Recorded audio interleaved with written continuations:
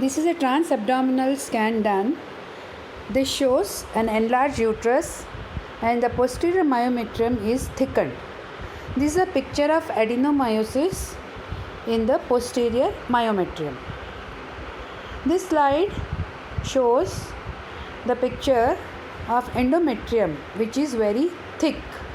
The diffuse thickening of the endometrium, the size is up to 1.74 centimeter. This is much above the normal seen in premenopausal women, which is 1.4 centimeter, whereas in postmenopausal women the maximum thickness of endometrium is 4 millimeter. In this patient, we need to do endometrial sampling to find out if the woman is having atypia associated with endometrial hyperplasia. The presence or absence of atypia will further guide us regarding the further management of the patient. This picture is that of endometrial adenocarcinoma.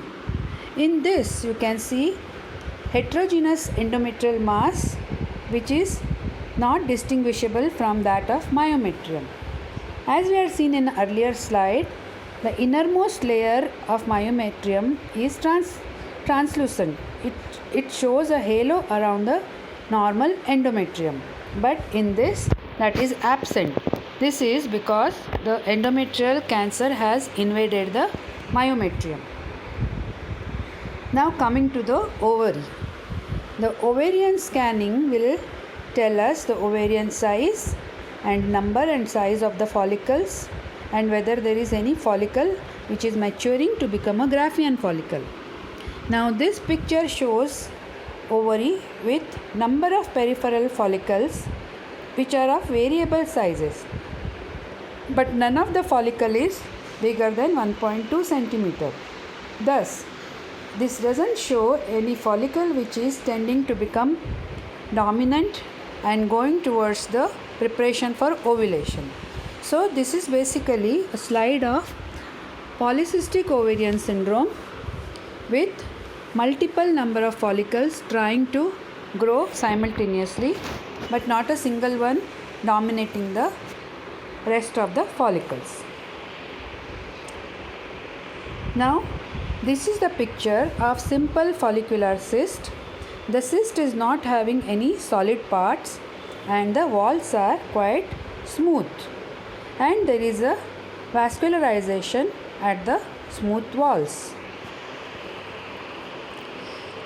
This is the scan of dermoid cyst. This is a type of ovarian tumor also known as mature cystic teratoma.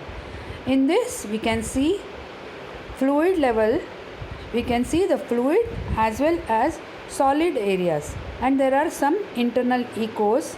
The solid areas could be because of the presence of tooth or bony particles. Now this is a scan of a woman who is undergoing treatment for in vitro fertilization. She is undergoing treatment for infertility. The treatment is in vitro fertilization where ovulation induction is done. But in this patient, the induction has gone to hyperstimulation of the ovary. So because of this ovarian hyperstimulation syndrome, you can see there are number of multiple cystic areas adjacent to each other, and there is no single dominant follicle. This is the ovarian hyperstimulation syndrome. Now this is the picture of tubo-ovarian abscess. The tubo-ovarian abscess is filled with purulent material and it is showing increased flow to the wall of the tubo-ovarian mass, and this is a power Doppler sonogram. Now this is a picture about one of the procedures done with the help of ultrasound. As we have seen in the X-rays, we use iodide based dye which is injected through the cervical canal, and this will fill the uterine cavity, and further it will go through the tubes and it will get a spillage is seen from the tubal ostium and the dye will reach the pouch of Douglas. Similarly,